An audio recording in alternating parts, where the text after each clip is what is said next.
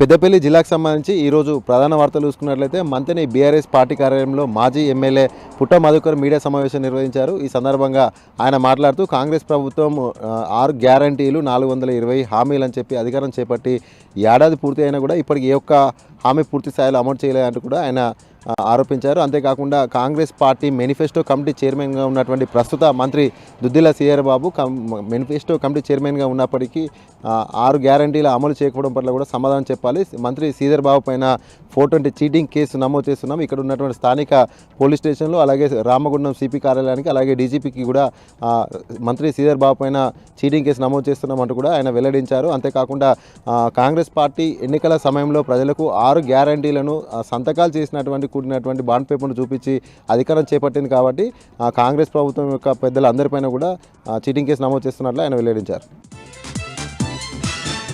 అలాగే మరొక ప్రధాన వార్త చూసుకున్నట్లయితే పెద్దపల్లి మండలం రావుపూర్ గ్రామంలో ఉన్నటువంటి ఎంఎన్టీ బ్రిక్ ఇండస్ట్రీలో ఇతర రాష్ట్రాల నుండి వచ్చినటువంటి వలస కూలీలు, ఒరిస్సా రాష్ట్రానికి చెందినటువంటి కూలీలు వారి యొక్క పిల్లలు చదువుకునే విధంగా వర్క్ సైట్ స్కూల్ని రామగుండం సిపి శ్రీనివాసులు ఈరోజు ప్రారంభించడం జరిగింది. ఈ సందర్భంగా రామగుండం సిపి శ్రీనివాసులు మాట్లాడుతూ కూలీల పిల్లలు మళ్ళీ పనిలోకి వెళ్లకుండా మంచిగా చదువుకోవాలంటూ కూడా 5వ తరగతి వరకు కూడా ఇక్కడే వర్క్ సైట్ స్కూల్ని ప్రారంభించినట్లు ఆయన వెల్లడించారు. అంతేకాకుండా వలస కూలీలకు కావాల్సినటువంటి అన్ని రకాల సదుపాయాలు యాజమాన్యం కల్పించే విధంగా తగు నిఘా అయితే పోలీస్ వ్యవస్థ నుండి ఉంటుంది అంటూ కూడా ఆయన వెల్లడించారు.